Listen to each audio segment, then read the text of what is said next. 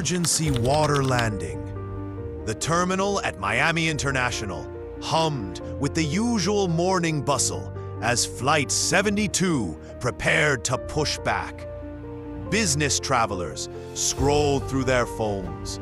A family argued quietly over a forgotten stuffed bear. And a teenage couple traded nervous jokes about airplane food. On the flight deck, Captain Hale completed his final checks. He had the quiet confidence of someone who had spent more time aloft than on the ground. 22 years of weathered logbooks, thousands of takeoffs, and a steady hand that had steadied more than one frightened flight attendant. First Officer Elena Morales was on her right, a precision-minded pilot whose love of numbers balanced Ray's instincts. Together, they made a practice team, calm, exacting, human. Below them, 148 people settled into a dozen different lives compressed into aluminum and fabric. A widower returning home after a funeral, 2 nurses swapping shifts and stories, an infant whose cries bounced off the ceiling, a college student nervously rehearsing an interview, an older couple celebrating 50 years of marriage. Each had a phone, a pocket of anxiety, a history, departure and the unexpected. The takeoff from runway 9L was routine. The captain watched the sea of blue slow beneath them as Flight 72 climbed toward its planned cruising altitude. The morning air was clear, a sun-stroked calm that made the ocean glitter like broken glass. The cabin lights were dimmed for passenger comfort. Flight attendants, led by Senior Purser Annika Raj, moved through the rows one last time, checking seatbelts and mentally running emergency procedures they'd practiced 100 times. 35 minutes in, as the aircraft passed FL 210, the left engine, an older workhorse that had ground crew's familiarity, spiked in vibration. Elena felt it first in the controls, then in the symphony of instruments. The left engine coughed, a sound like a man who had lost his breath mid-sentence. A thin ribbon of smoke trailed into the shroud, and a warning light blinked insistently. Left engine failure, Elena said, voice compressed but steady. Captain Hale's hands found the throttles. He feathered the failed engine, ran the checklist, and asked Tower for priority. The response was immediate and urgent, in a way both pilots felt in their bones. This was no single glitch. Mayday, mayday! Flight 72 declaring an emergency. Ray announced into the radio, his face a mask of concentration. Left engine out. Troubleshooting. Request vectors and options for diversion. There was an almost mechanical grace to their actions. Checklists pulled, switches handled, a calm recital of procedures born of training.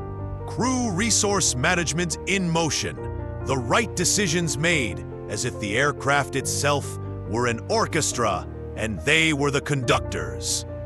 Then, as if an unseen hand reached across the fuselage, a second failure came. The right engine's oil pressure tumbled. The warning bells converged into a sound that took the breath from the cabin. Oxygen masks cascaded down with mechanical authority. Lamps popped to life above heads, faces lit with the blue hue of small plastic shields. Dual engine failure at cruise altitude is a nightmare that training touches on, but does not make ordinary. It is a physics problem with human stakes. The descent Captain Hale had faced emergencies. He had never faced both engines dying. He and Elena ran through the impossible. Restart attempts, fuel checks, glide ratios. The ocean below was vast, but so was the world of complications. Shipping lanes, shallow reefs, shifted weather. He radioed for assistance and simultaneously began the only option left that could keep 148 people alive: a controlled glide to a water landing. Anika, the purser, snapped into action. She became the cabin's fulcrum. Calm voice, firm gestures. Flight attendants anchored the panic with trained hands, securing loose items, instructing passengers into brace positions, offering the few seconds of composure that can make the difference between chaos and organized survival. "Everyone listen to me now," Anika said over the PA, voice strong. "Remain seated, fasten your seatbelts, brace positions now. We know this is scary. Trust us and do exactly what we tell you." A mother pressed her child's head to her chest. An elderly man recited the Lord's Prayer. A nurse began compressions on the forehead of a panicking passenger to steady him. The cabin turned inward, an intimate theater of fear and courage. Captain Hale scanned the horizon. There was a line of low cloud to the north, but a wide open swath of sea to the east. He calculated the glide angle to sea level with engine out performance in mind. He briefed Elena: flap settings, touchdown attitude, and evacuation plan. Their voices were low but crystalline, a map of intent. "Prepare the cabin for a ditching," Ray said. "Tell them to leave everything and inflate the life vests only when outside the aircraft. We'll aim for the calmest water we can see." They aimed for a long stretch of relatively placid water. No reefs, no cargo tankers, a place they hoped would behave like a sheet. The plane, heavy and purpose-built for the sky, lost altitude with the slow, horizontal grace of a stone skipping. Inside, the pattern of human reactions intensified. Prayers, sobs, the rattle of seatbelts being tightened. Impact! Brace! Brace! Brace! The command cut across the cabin. Heads tucked, chins landed on folded arms, bodies hunched.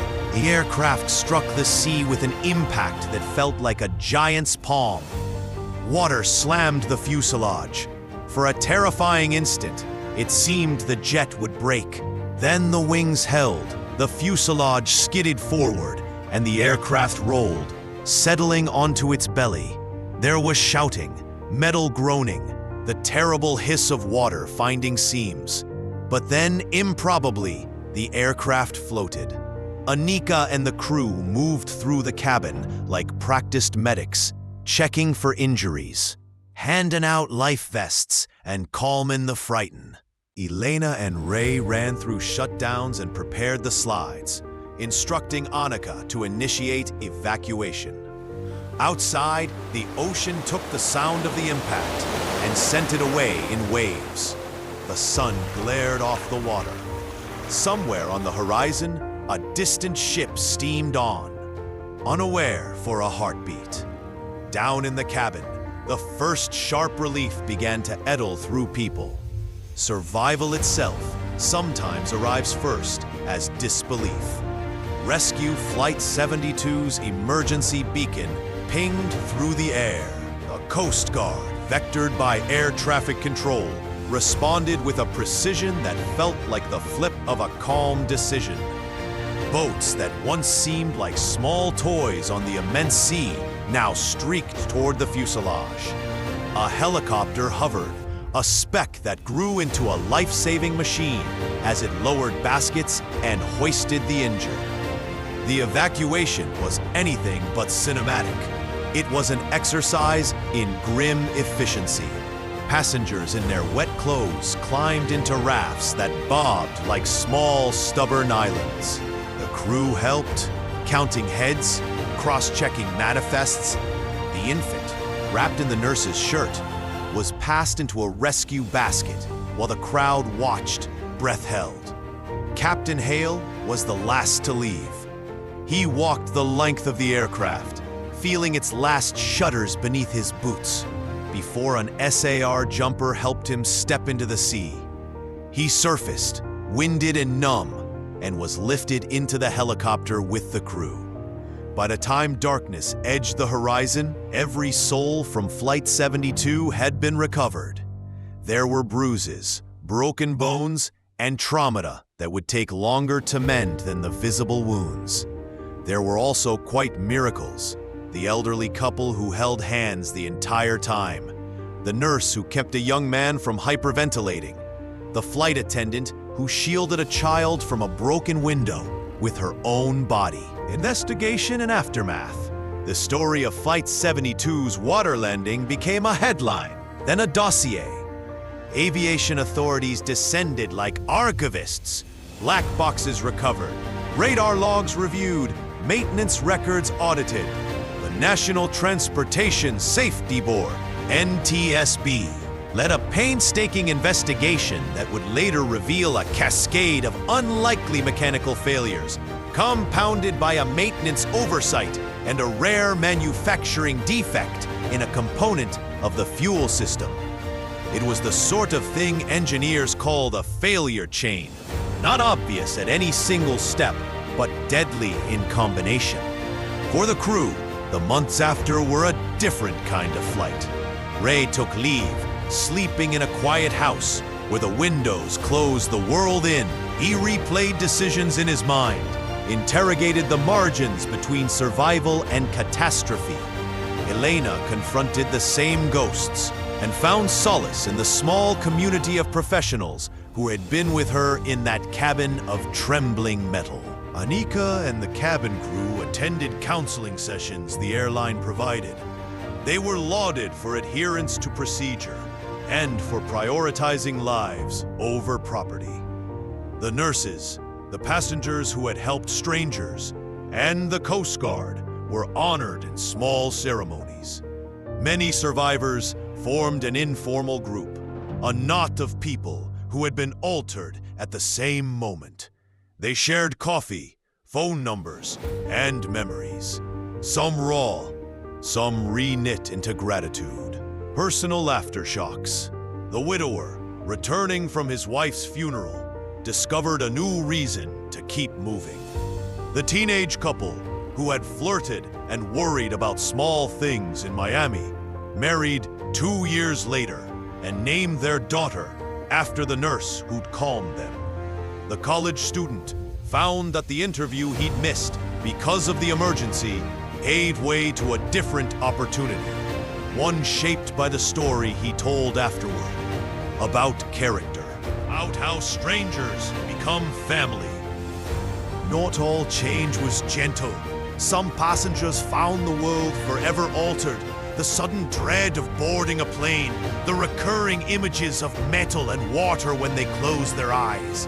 Therapists called it survivor's guilt, or PTSD. The airline increased its support programs and overhauled maintenance checks, the worst kind of lesson learned at the price of lives nearly lost. The measure of courage, a year after the landing. The survivors gathered on a low-lying beach near where Flight 72 had come down. The sun was the same indifferent glow, but the faces on the sand were full of stories. They spoke of the day not as a single event, but as a sequence of small choices, an instruction given clearly by a flight attendant, a pilot's calm breath, a nurse's steadiness. They shared the names of those who had helped them, names they would carry like talismans. Captain Hale stood quietly at the edge of the water, his shoes half buried in warm sand. The sea lapped softly, patient and ancient. A woman from the flight, an artist who had painted small canvases for every passenger during their convalescence, pressed a piece of paper into Ray's hand, a watercolor of a plane over a wide, calm ocean, the light catching the aluminum wings like a promise. "Ye gave us a chance," she said simply.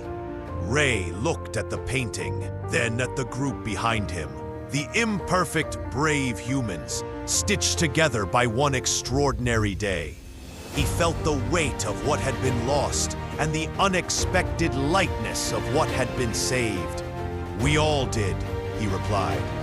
The emergency prompted a change in systems, upgrades in policy, and a redoubling of attention to the fragile things that keep us aloft. But beyond the investigations and the reforms, what lingered was personal.